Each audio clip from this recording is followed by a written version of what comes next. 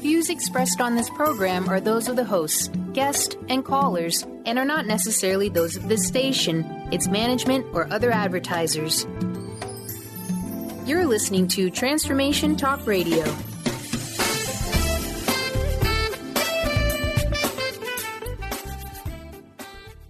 Hi, welcome. This is Dr. John DeMartini. This is one of the most amazing and inspiring shows that you can listen into. If you want to be on the edge of your seats, if you want to open up your heart, if you want to expand your mind, and you want to meet incredible people, stay tuned because you're just about to experience a transformative radio show that will change your life. And you're listening to the Dr. Pat Show that's coming up right next. The following audio is via a Skype call.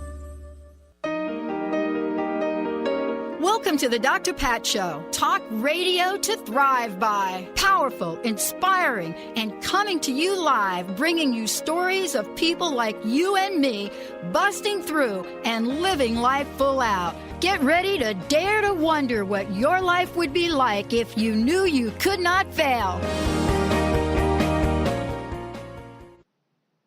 Hey, everybody. Welcome. Yep, guess what? You are tuned in to Questionable Conversations with me, Dr. Pat, my friend, my colleague, Dr. Glenna Rice. And right now, for those of you that are wondering, what the heck are these two going to talk about today? One of my favorite topics is about prosperity, but it's also about looking at your life and seeing what kind of leader you're going to become in the world. What kind of leader you're going to become in the world. And by the way, do you think you are a leader at all? What does that mean?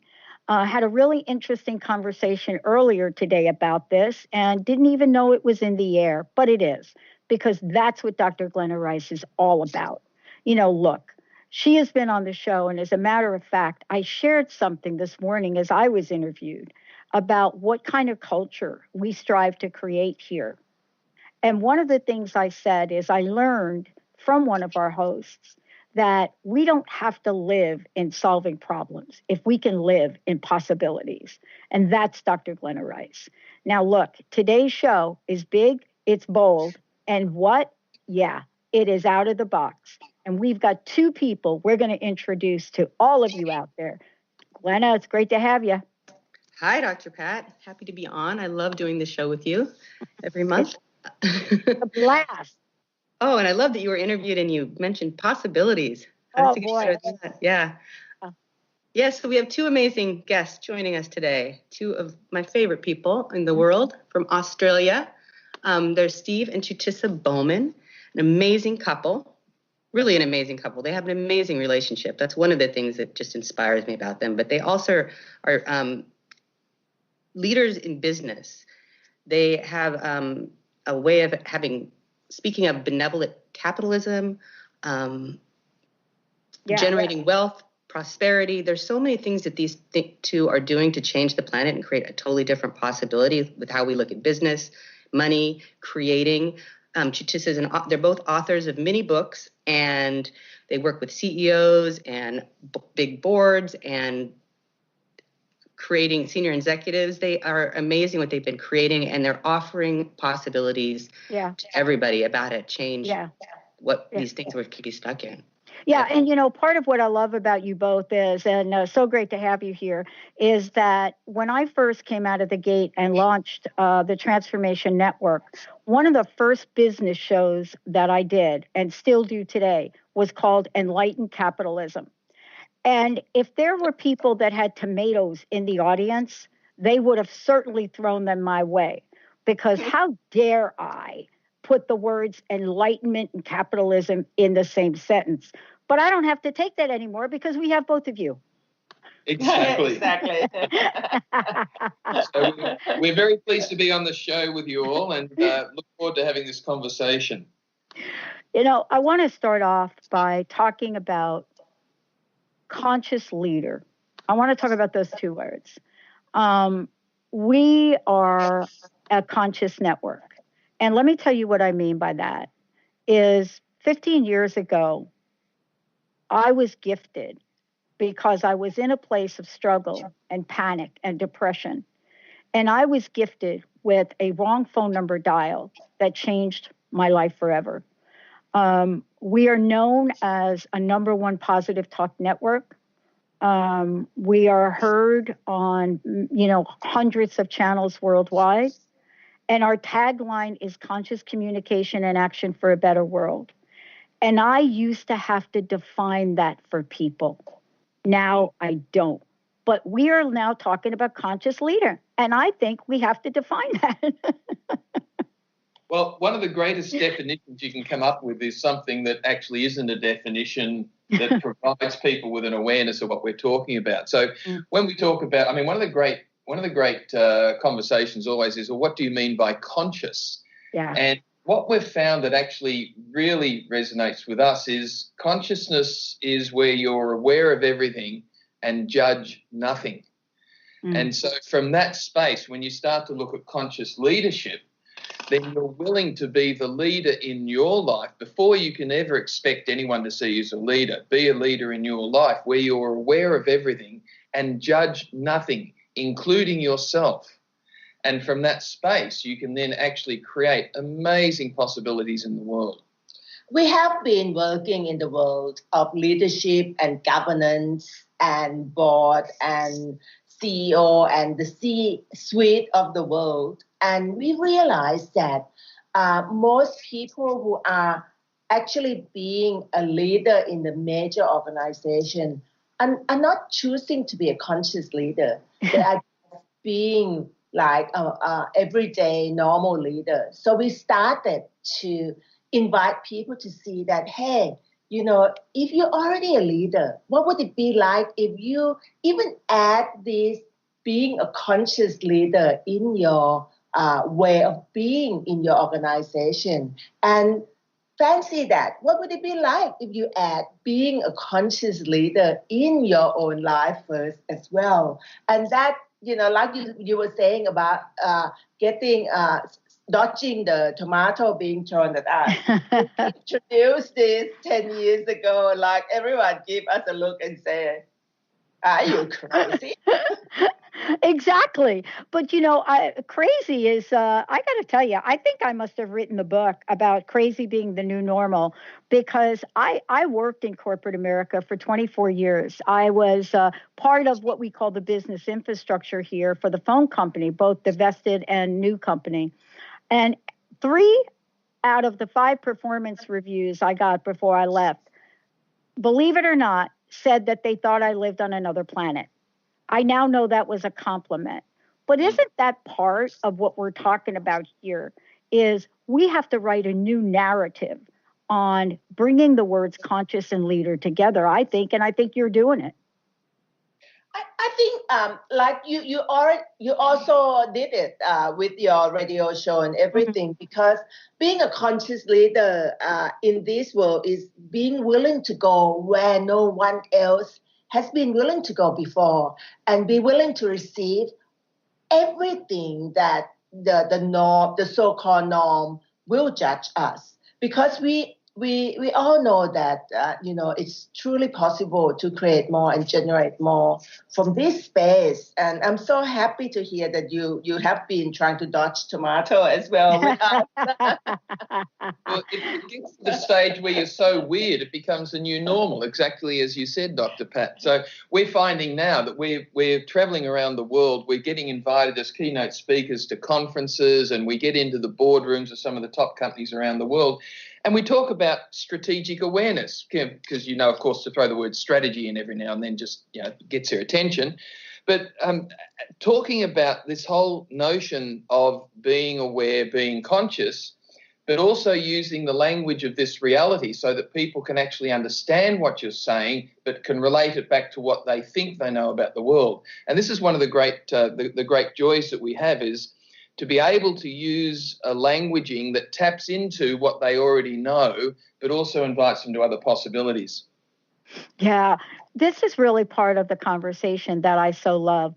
I don't get interviewed that often because I'm always interviewing people and speaking with them, as Glenna will tell you, because I just love it. I mean, it's not something I sat down and decided to do. It found me, and I got really, really good at saying yes. Here's the question I'd like to ask all 3 of you. What is it that you believe are some of the greatest challenges that get in the way of our conscious leadership gene, if I could call it that, or our conscious leadership energy? What is the greatest challenge that gets in the way? And then how do we help each other move to the possibilities of unlimited potentiality? Glenna, do you want to start with that? Happy to. Well, what I believe, or say what I know, that gets in the way of the leadership that we're talking about is really one of the things about being a leader is that you're willing to go, where no one else has gone before, regardless of whether anyone follows you on your way or goes along with you. And that can be one of the things that can really get in the way, because we can start to judge ourselves that people, are throwing rotten tomatoes at us, or judge that something's wrong with us. So we are looking for other people to follow us, and that stops the possibility of what we can actually start creating as a leader. It stops what we know from showing up. It stops us from following the energy of what we know, because people may not go along with you when you first start talking about this stuff, but people will start hearing it if you continue to know what you know and go forward. I mean, Steve were just talking about how 10 years ago they walked in and people thought they were crazy, and you were talking about that. But now look what all of you guys are creating, because you've been willing to go where no one else would go, whether anyone followed you or not. Yeah. Who wants to go first? Well, I'll go with after that, because I strongly sense that most people just want to fit in and be like everyone else and be normal, and no one seemed to have a courage enough to say, hey, I don't need to fit in. I can be something totally different. I can be whatever that would right for you, for me. So the key things for me is most people just want to be like everybody else, to fit in and not to rock the boat. And that stopped them from being the leader in their own life and in the world. I think adding to all of those, one of the things that I find, particularly because of the work we do with CEOs and chairs of boards, is that the one thing that holds people back from actually being the promise of what they could be in the leadership roles is that they've already decided that they're right. They've already decided that they know as much as they know. And it's the points of view that we find that people take on things that actually limit their ability to create greater change. So what we find particularly with CEOs is that often they lose their sense of curiosity. They lose their sense of, what else? What else is possible? If we couldn't do it this way, what are the other ways we could do? What are the different ways that we can actually create change in ways that we hadn't otherwise considered? That sense of curiosity sometimes gets lost under the mundaneness of trying to fix things, trying to make things work. So the truly conscious leader is the person who's always asking, what else? What else? What else can I add to my life? What else can I add to my business? What else can I add to whatever else I want to add to? And it's that sense of curiosity that I find is the hallmark of an amazingly good leader, always looking for what else is possible. Or trying to fit in would stop you from having the sense of curiosity. Absolutely, really. yeah. I love that. This morning I was asked if I could identify 3 things that I thought attributed to the success of an entrepreneur. The question, something like that. And I was reading your blog about this, and I just want to mention, for those of you that want to find out more about Glenna, you can go to glennarice.com. About the 2 Bowmans, you can go to the number 2 Bowmans with an S.com. I was reading this, and I love this. It says there is only one person responsible for the quality of the life you live. And you're not talking about my spouse or my mom or my dad, or you're like, the buck stops here. But one of the things I love is that you say something that if we could all implement this one thing you say, I think our lives would change. I know Dr. Glenna has helped me change my life. And that is, every day ask for the greatness of you to show up. That is so powerful. Glenna, didn't you have to do that, Glenna? Didn't the 4 of us here today in some way I'm a little bit slower than most. It took me a lot of years. But isn't this one of the most powerful things we can share with people? I would say yes. Yeah, to be able to receive the greatness of you, be aware of the greatness of you, know it's there, be willing to ask for it, and acknowledge it when it shows up. Those were things that the acknowledging part for me was always a little tricky one, because I was more I need to do more and I need to do better. That was a lot of my life, and I didn't spend a lot of time acknowledging when the greatness of me was showing up. And when I started to do that, my life started getting greater, easier. More money showed up. Lots of amazing people showed up in my life. I'm traveling the world. So having the greatness of you is such a valuable thing to start asking for and having more of and acknowledge. Yeah. Go ahead, Chatusa. Thank you. Go ahead. When we talk to people, either in the workshop or in the conference, about embody and be the greatness that you could truly be in every moment, we often have people say, but how do you do that? How? Give me a step-by-step guide of how do I embody and be the greatness. And all we could say to people is that it's not the how, it's the willingness to be greater than what you have been willing to be before. So each and every one of us has that. Like, we could look at our life right now, and if we're really not happy with the way we are creating our life, we can look at it and say, there are different possibilities. And I know that if I am choosing to be greater than what I have been willing to be before, things will start shifting and changing. And all I'm saying is you all have to start be willing to be what you have been willing to be greater than what you have been willing to be before, even just 5 minutes ago. You could choose to do 5 minutes or 10 minutes at a time instead of suddenly be the greatest that you could truly be. Baby steps can work as well. One of the interesting things, Dr. Pat, is that Chitissa and I have been married for 42 years. We've known each other for 45 years. First boyfriend, first girlfriend, all that sort of thing. Every single day I see her ask, so what can I be and do different where I'm greater than I've ever been in the day before? And from that space, I see her recreate herself every single day. And it's just an amazing gift to watch this occurring. So it actually is a very, very simple tool, but gee, it works. Yeah. You know, I shocked the interviewer this morning with my answer, and she asked me three things. And she asked me what I thought contributed to even being here today. 15 years in the industry, voted number 1 10 years. We're getting ready to unleash 10 new channels, technology that didn't exist before. And so she asked me that question, and I said, well, you know, it's not sexy, but here it is. The answer is, I opened up the door on day 1 of this, not knowing what I didn't even know. Today, I don't know what I don't even know, but I'm willing to explore it. And, you know, that is such an important journey. And you said it so brilliantly.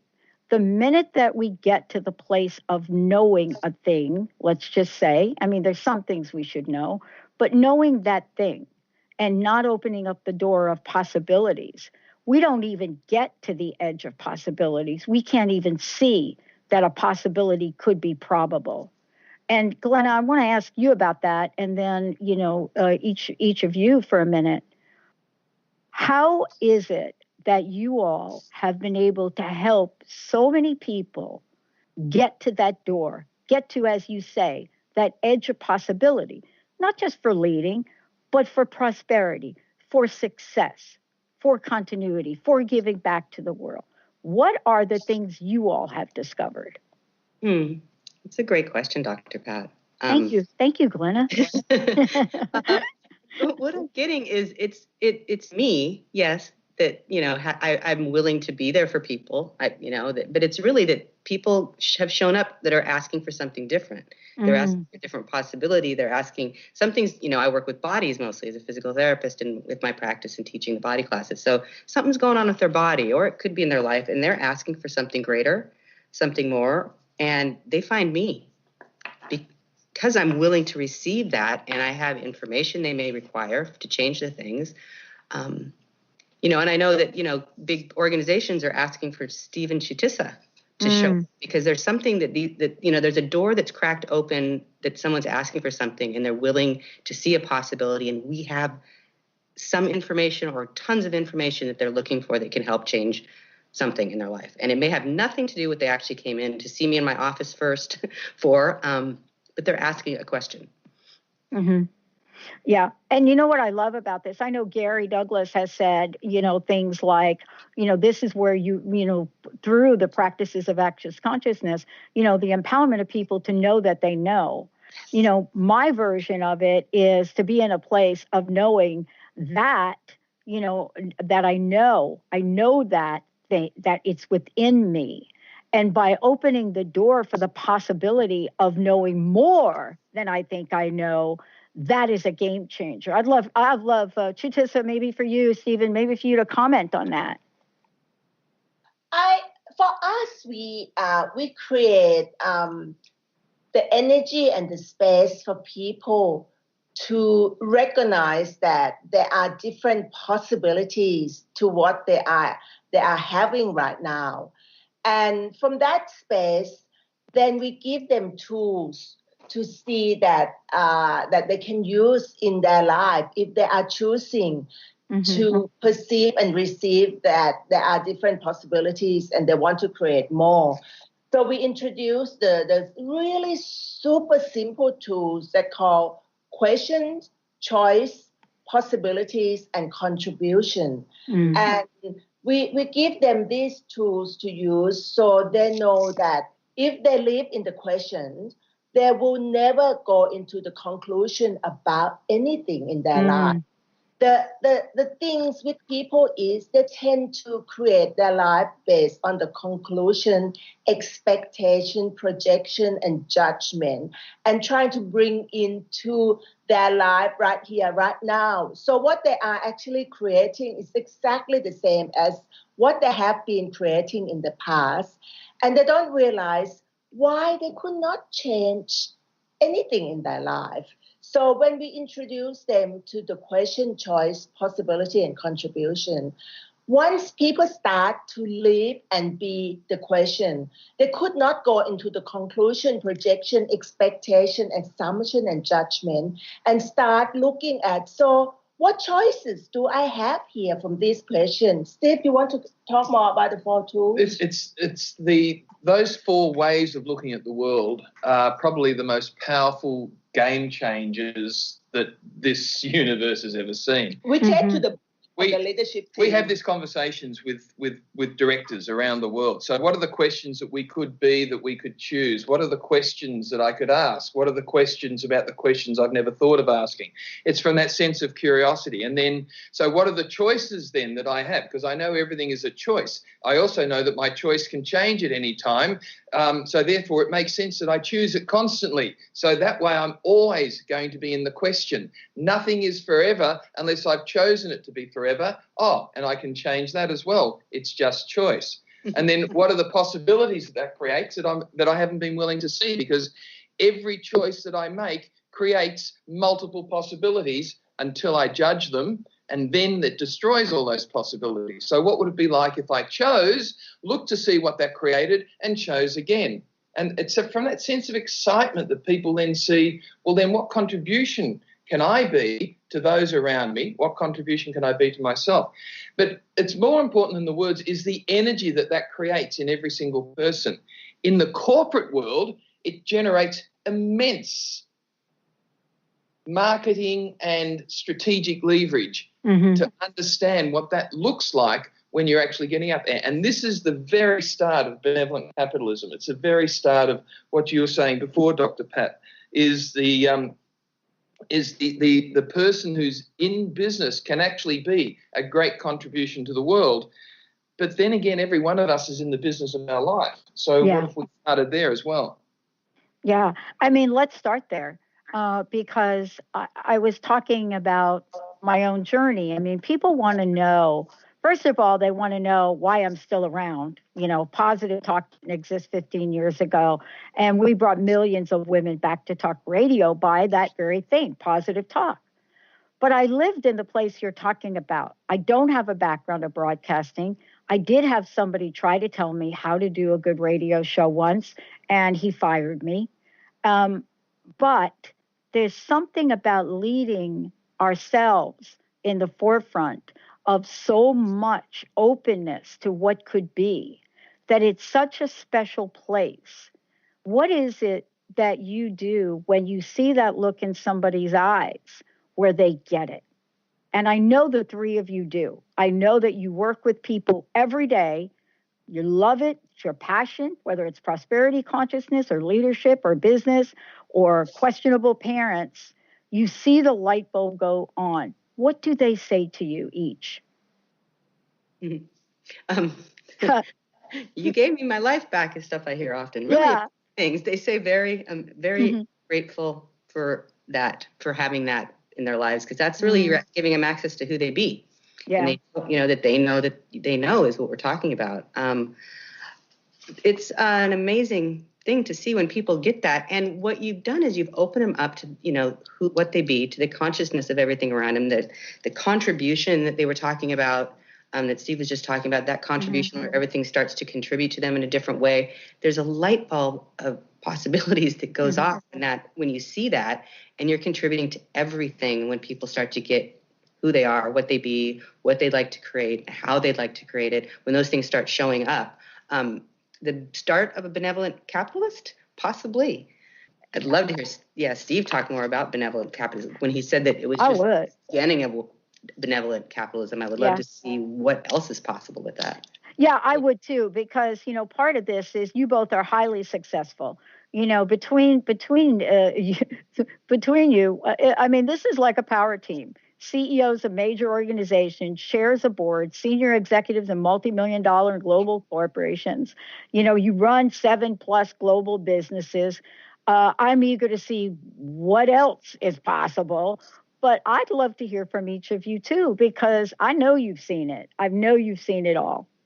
Almost all of it, maybe. One of the great comforts that I take in this world is knowing that there are so many good people out there that are actually willing to contribute. And we see this from the house husband right up to the senior CEO of a major multi-global organization.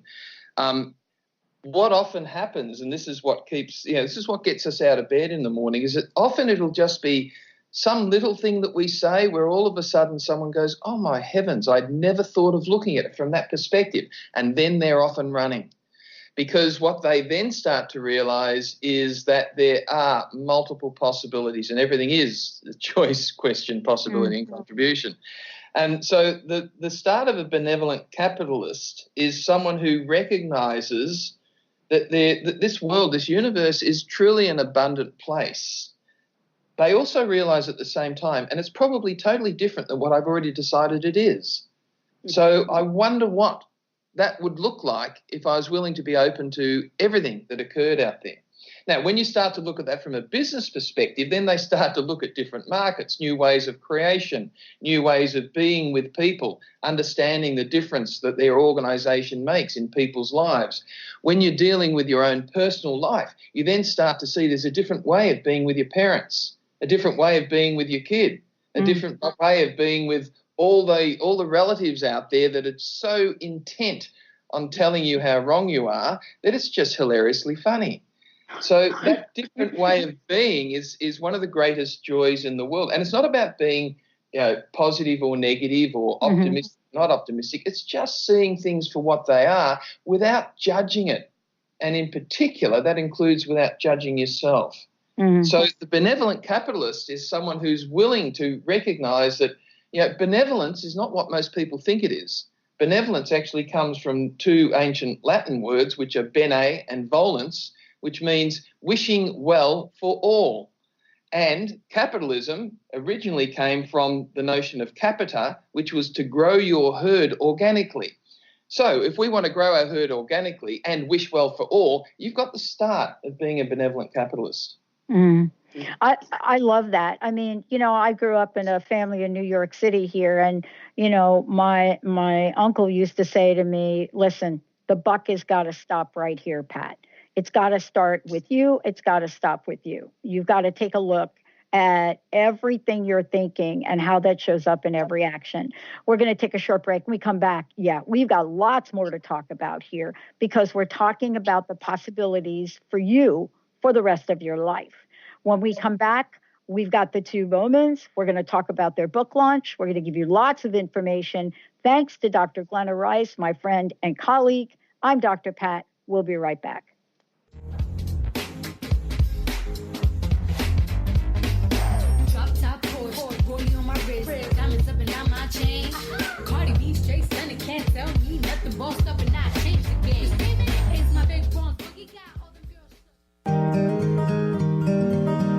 Curious about the meaning of life?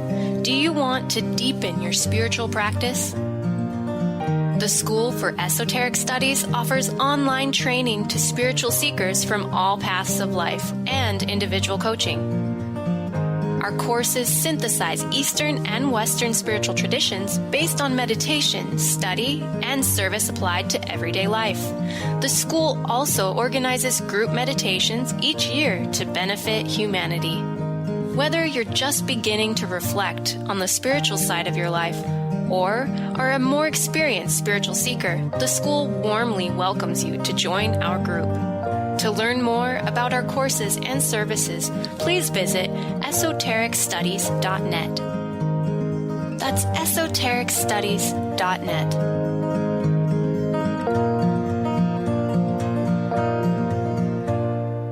On the cutting edge of the new mainstream, Christine Upchurch is passionate about bringing together science, psychology, and spirituality in a way that can be applied to our everyday lives for true transformation. The Christine Upchurch Show, stellar conversations to illuminate your journey, engages some of the most outstanding visionaries on the planet in lively dialogue to inspire you to become that bright light you're meant to be. Join Christine every Friday at 11 a.m. Pacific Time on KKNW, AM 1150, and Transformation Talk Radio. Tune in to the Jen Royster Show, intuitive guidance to inspire your life, each Thursday at 8 a.m. Pacific and 11 a.m. Eastern on TransformationTalkRadio.com. This amazing show is an inspirational hour that will take you on an epic metaphysical journey to discover the spiritual approach to life's greatest challenges. Dr. Jen is an internationally known intuitive counselor, spiritual teacher, and energy healer. Call in for intuitive readings and visit JenRoyster.com for more information.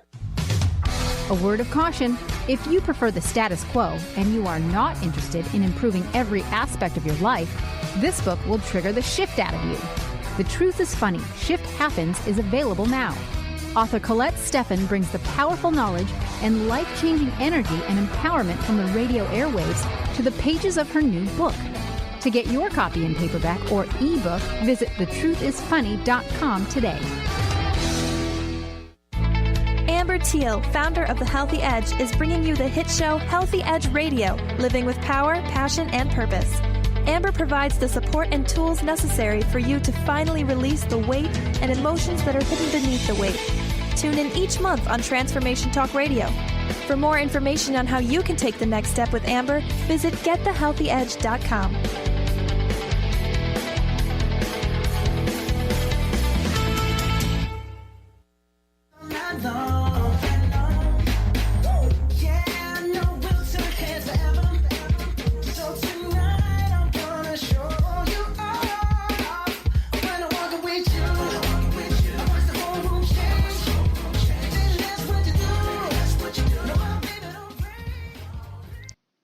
Hey, everybody, welcome back. Are you the conscious leader of your life? Dr. Glenna Rice is here today, and we have two fabulous guests. Chutisa joining us here today, and Steve Bowman. Both of them, they're known as the two Bowmans, but they're actually known as much, much more than that. And so is Dr. Glenna Rice. Many of you have talked about every show she's ever done with us, the possibility. Certainly I've talked about it. I really believe that us, our network, this team is at the place we are now because of what she's been willing to show up and teach. And over the years, I've asked her some really, really interesting questions, and she answered them without judgment. Dr. Glenna, before we go ahead, how can we find out more about you? And then how can we find out more about the two Bowmans? Fabulous guests. Fabulous guests. Yeah, I'm so grateful they came on the show. I'm having so much fun listening to them.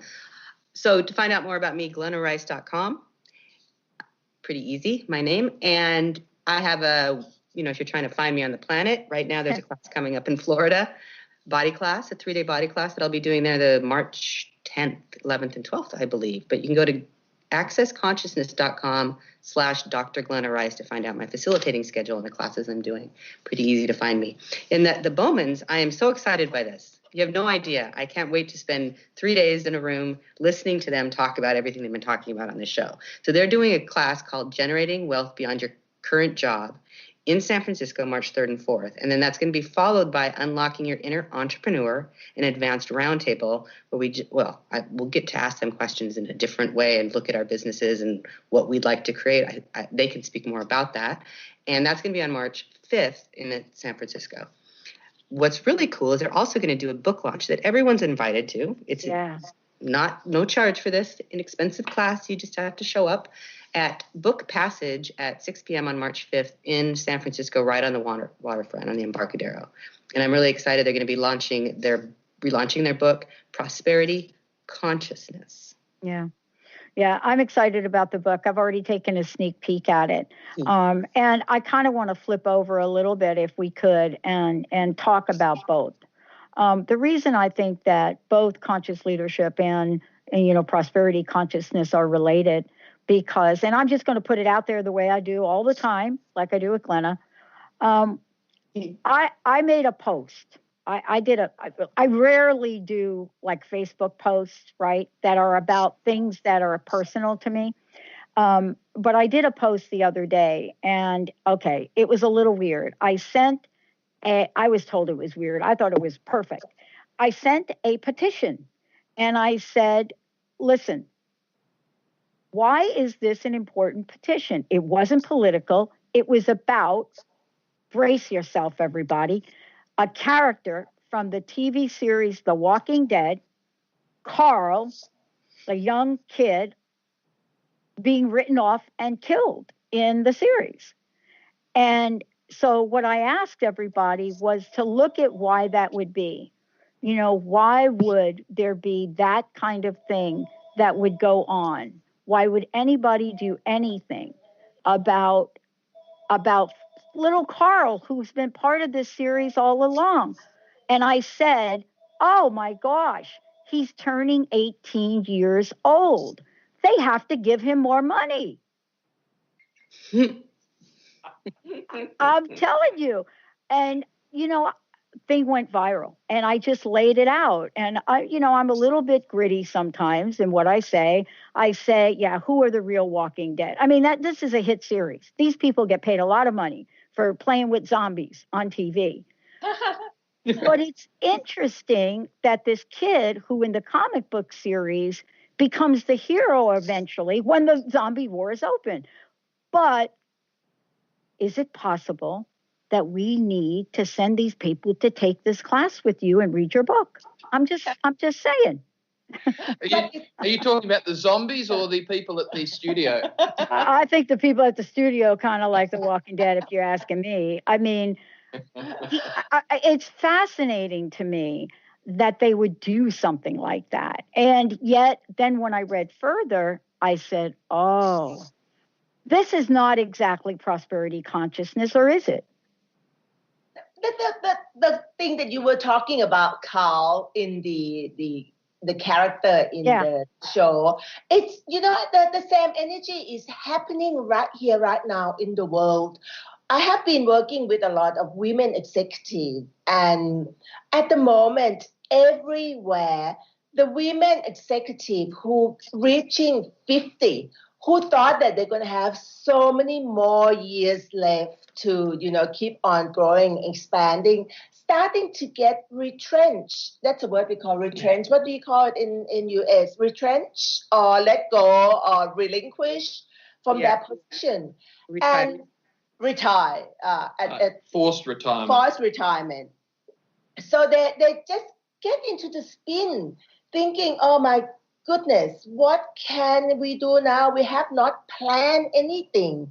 So I started writing blogs, talking to women about the fact that there's never too late to create your life.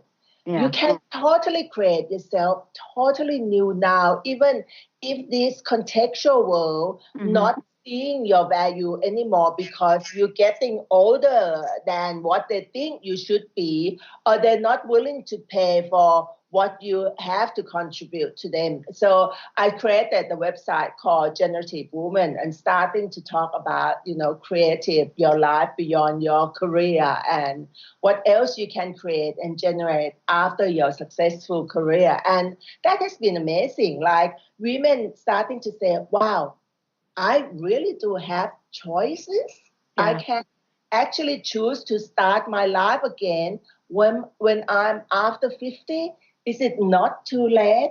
I mean, create that question in that universe is like, I'm just so happy to see that I'm being the contribution to let women know that, hey, even though you turn 60, you still can create your life now. There's so much more that you can create and generate. So it's almost, Dr. Pat, like your petition is almost a parable for what some of the energies are going on out there, where a lot of people are expecting that when you get to a certain stage in life, it's over, whether it be 18 or 30 or 60. What if that wasn't so? And what if that almost 18-year-old as a character then created themselves anew yet again so that they actually were able to be the savior of the world? Be the superhero. To be the superhero that everyone has. Yeah. What all the women that have been let go of the corporate world that think that at the end of their life become a superhero in the world. Send me the petition, I'll sign it. Yeah. Love that. Well, it's interesting for both of you, but I'll say this. I am one of those women. I'm a woman that looked into the mirror one day as an executive of HR for the telephone company and realized that what I was about to do to implement one of the first downsizing programs in this country was shameful. And I went back into, I to this day, I explain it like I was taken over by a little alien. I think that is what happened. And I went into my big fat salary job and I went into the bosses and I said, no, I know what you guys are doing. I said, I called them out on it. I said, wait a minute, this was supposed to be early retirement. Why are most of the people you're firing close to pension age? And I'm telling you, it really changed the trajectory of my life. And it brought a new sense to me of why I needed to move on. And so I did do those things. And now look at what we're doing. We're now helping women rise up. We're not a radio station anymore. We started out that we have a 200% model that we use. 100% is all about radio and media. The other 200% is about helping people enact their vision. And one of our hosts right now just got a book deal from working with us for 18 months on a brand that didn't exist because I asked her the question, what else is possible for you? And thank you, Glenna, for that. But this is the question I want to ask you. Many people don't believe that prosperity is in their destiny. I would love to know what the message would be for them. And by the way, I'm just saying to the actor that played Carl, the petition is out there and somehow they're trying to figure out how to bring this dead kid back. But what do we say to the people? And I think I'm finding this in women as well. What do we say to them when they believe that prosperity is for the few? Can I answer that in two parts or give some sort of insight, just the weird and wacky way we look at it? Yeah, the please. First thing, I'm going to go back a little bit to what you said a minute or so ago in terms of your experience with HR and people cutting costs. One of the things we invite people to consider, and not just in your own life, but also in the business that you're working, which is well, what if the best way of cutting costs was to create more revenue? What if we could actually start to look at it from a totally different space and start to turn things around? So what if we looked at what else we can add, what else we can create, rather than what we take away? Right. And this is a very, very powerful message for people to get. What else can I add to my life is not about being busier. It's about what else can I add to my life? What else can I add to my life? And what can I be and do different that would actually make all of this easier for me? So everyone has within them the keys to prosperity, which does not just mean money. It means the willingness to be all that you can be and the willingness to actually receive the gifts that the universe is so desperately wanting to give you, if only you'd get out of your own way. So one of the things that we invite people to look at is if you understand the 3 lies of scarcity, then you're already starting to create a more prosperous life. Because what we find is these lies of scarcity we buy into, and therefore it changes the way that we actually look at the world and how we're choosing to be with the world. And when we talk about prosperity and wealth, people immediately go in to look at money. Yeah. And that's not about money at all. Prosperity and wealth is beyond money, but it also includes money. It's a space and state of being that totally comes from within, and we all have that already. But most of us refusing to claim, own, and acknowledge it by the point of view that it's not possible for them. And it's prosperity and wealth is about a sense of no lack in their life, no lack in the universe, the sense of abundance in all things. So if they could actually even start looking at that space, that what if there's no lack? What if there are infinite possibilities? What if nothing is a problem, but everything is possibilities? Would that be possible for them to see that it is truly possible for them to have that in their own reality and their own life? And the key thing is they have to get rid of the lies of scarcity. Would you like to talk more, Steve? Do you want us to chat a little bit about those, Dr. Pat? I would. I'm just sitting here listening to you two. I could listen to you for hours because I think the world is calling forth for this message more now than I've seen in 15 years. And I really believe that the new narrative, which is new to a lot of people, folks are really just hungry for. Well, one of the things that we've found is that if you understand, or if you're willing to acknowledge that there are these 3 lies of scarcity out there, literally what you're going to do is kick yourself under the table and say, well, duh, I didn't realize that they were everywhere. So here are the 3 lies, and everyone will look at them slightly differently, but listen to the next conversation you have with someone and listen for these lies coming out in their conversation, and then be aware of where you buy into them. So the 3 lies are simply this. Number 1, first lie of scarcity, there's not enough. There's not enough time. There's not enough money. There's not enough money. There's not enough money. There's not enough people. There's not, and wherever there's not enough, if ever you find someone saying, I don't have time for this, they're trying to tell you that they've bought into the lie of scarcity, that time is a linear construct, whereas we know that it actually isn't. I don't have enough money is a lie that they've bought into, that there's not enough money out there. But we know that also is a lie. There's an infinite supply of money out there. It's just in different places and looks different to what we'd already decided it should be. So when people buy in the first lie of I don't have, so a lot of people said I don't have enough money to do anything. So they don't even begin to choose to create anything like that. So we introduce to them to say that first make a choice. Whatever you want to create, choose it. And then once you choose it, you could be the question about, so what would it take for me to create and generate money to actualize this possibility that I have chosen? But if they buy into the lie of scarcity of there's not enough, then they won't even go into question. So just be aware of any time you hear there's not enough. And we hear this all the time around boardrooms. We don't have enough clients. We don't have enough this. There's not enough time for us to do this. We don't have the skills. There's not enough skills in our organisation to do this. Then that stops any other possibilities because you've bought that as real and true. So the second law of scarcity makes it even more interesting because not only is there not enough, Dr. Pat, but also it's really hard. You thought it was hard this year, next year until all the tax cuts come in. And, you thought, it was hard 10 years ago, but it's even harder now because our life is more complex. So people buy into the lie that it's hard. And because of that lie, they look for all of the evidence to support their point of view that it's hard. See, I told you it was hard. So what if it was actually easy? What would I need to be and do different that would make it even easier? So everything can be easy because that also is a point of view. So whichever point of view you take, you're going to be absolutely correct.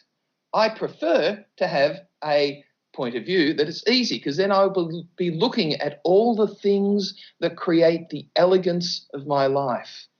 My favourite word for this year, Dr. Pat, is elegance. Yes. And that word is having the greatest impact with the least amount of effort. So always look for the elegance in your life. Where can I make the greatest impact with the least amount of effort, as opposed to the greatest amount of effort with absolutely no impact? Yeah, I think that's funny. You and I both pick words that start with E.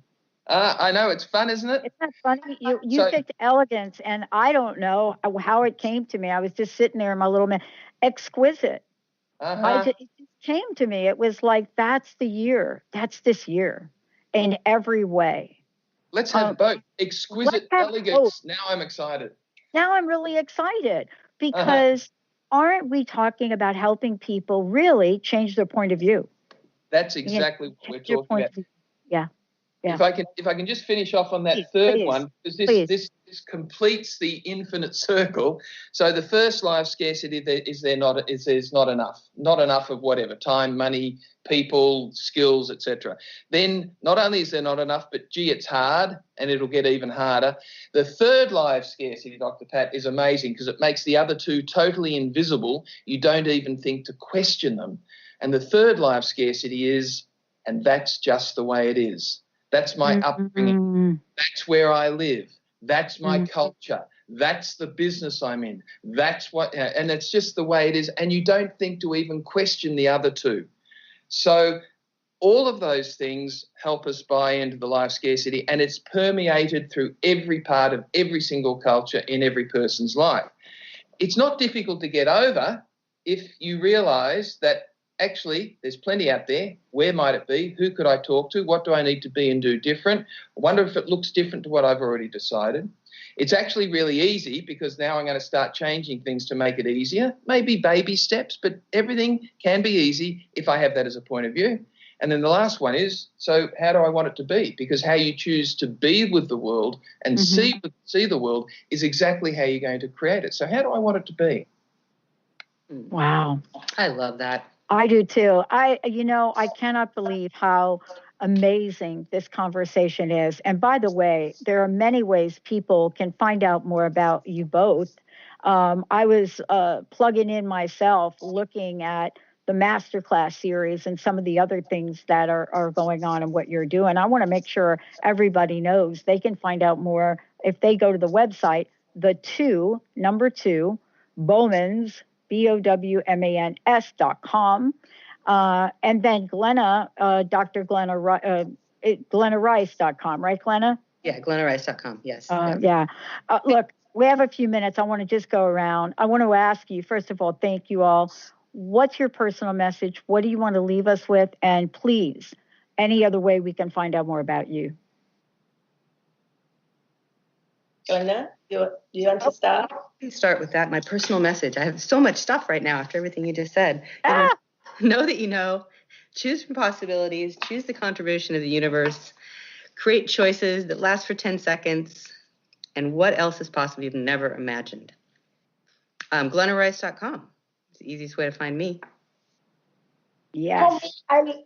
For me, I love the quote from Gandhi that be the change you want to see in the world. And that's the one that I have been choosing to be that for many, many, many years. And I became aware that for me to actually be that, I would have to make the choice to be a catalyst for change and for different possibilities. And I would invite everyone to know that each and every one of us can make a choice to be a catalyst for different possibilities in the world, but we have to make a choice to be that. Brilliant. I can listen to my wife all day. Yeah, me too. The message I've got, and this is probably something that opens up doors for a lot of people, and particularly in the businesses that we work with, is that every problem is just a possibility with a judgment attached to it. So if we're willing to look at things with no judgment, you will see the possibilities that accrue from that. If we look at something and we judge it as right or wrong or good or bad, then it will actually be the problem you've already decided it should be. So every problem is simply a possibility with a judgment attached. Change your judgment to no judgment, and then the possibilities are there for you to grasp. Wow. I hope that we will do this again soon. I really do. I really look forward to, let's just call it a progressive conversation. Dr. Glenna, thank you for all that you do, and thank you for this amazing show. Thank you, Glenna. Thank you, Dr. Pat. Well, as I like to say, let's rock on, everybody. Thank you all for tuning us in, turning us on. If you want to find out more about us, go to thetransformationnetwork.com, or you can go to the drpatshow.com, or you could just Google Dr. Pat, Dr. Glenna, the two Bowmans, and remember this, you are perfect. We'll see you next time.